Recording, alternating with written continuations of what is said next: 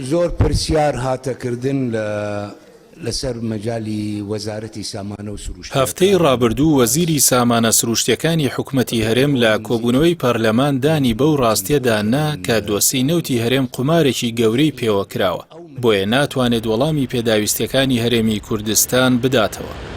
ئەم عقودانە ئەم گرێبەستانە گرێبەستی کلاسیکی. کەمالە تروشی وەزیری سامانە سروشتیەکان وردەکاری خەرجی و داهاتی هەناردەکردنی نەوتی ئاشکرا کرد، بەڵام ئاماژەی بەو خەرجیە گەورەیە نەکرد کە لە کرێی گواستنەوەی نەوت لە ناوخۆی هەرێمدا خەرج دەکرێت.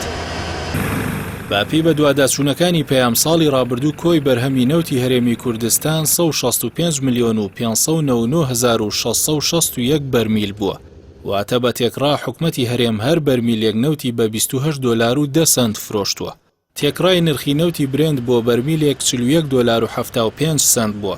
هەروەها تێکڕای نرخی نەوتی کۆمپانیای سۆمۆی عێراق بۆ هەر بەرمیلێک 38 دۆلار و 41 سنت بووە، بەڵام حکومەتی هەرێم دەڵێت تێکڕای هەر بەرمیلێکی بە 28 دۆلار و 10 سنت فرۆشتووە، ئەوەش بە واتای کەمتر لە 10 دۆلاری نرخی سۆمۆ.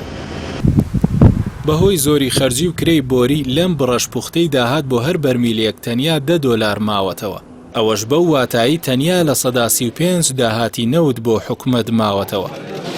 لە ماوەی ڕابردووە علی حەمە ساڵح سەرۆکی لیژنەی سامانە سروشتیەکانی پەرلەمان ڕایگەیاندووە پوختەی داهات کە لە نەوتی 2020دا بۆ حکومەتی هەرێم ماوەتەوە ملیارێک و 688 ملیۆن دۆلار بووە.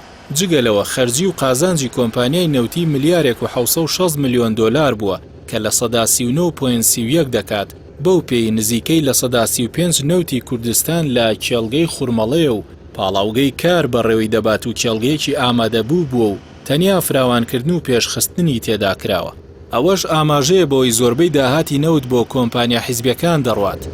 ئێستا بۆری نەوتی کوردستان لە بری ئەوەی مڵکی حکومەتی هەرێم بێت فرۆشراوە بە کۆمپانیای ڕووسنەفتی ڕووسی و کۆمپانیای کار کە کۆمپانیایکی حیزبیە. ئێستا ساڵانە بڕەپارێکی خیاڵی بۆ کری ئەو بۆریە نەوتە تەنیا لە ناو خاکی هەرێمدا دەڕوات. هەرچەندە درێژی بۆری نەوتی کوردستان لە سنووری تورکیا زۆر زیاترە لە ناو هەرێمی کوردستان، بەڵام کرێی بۆری لە سنووری هەرێمی کوردستان دوو هێندەی کرێی بۆریە لە تورکیا. کرێی بۆری کوردستان کە بۆ کۆمپانیای کار و ڕۆسنەفت دەڕوات 654 ملیۆن دۆلارە کە دەکاتە لە 14.6، بەڵام کرێی بۆری بۆ کۆمپانیای وزەی تورکی 304 ملیۆن دۆلارە کە دەکاتە 106.7. هەروەها خەرجی و تێچوونەکانی دیکەی وەزارەتی سامانە سروشتیەکان لە دۆسەی دەرهێنان و هەناردەکردنی نەوتدا 80 ملیۆن دۆلارە کە 101.78.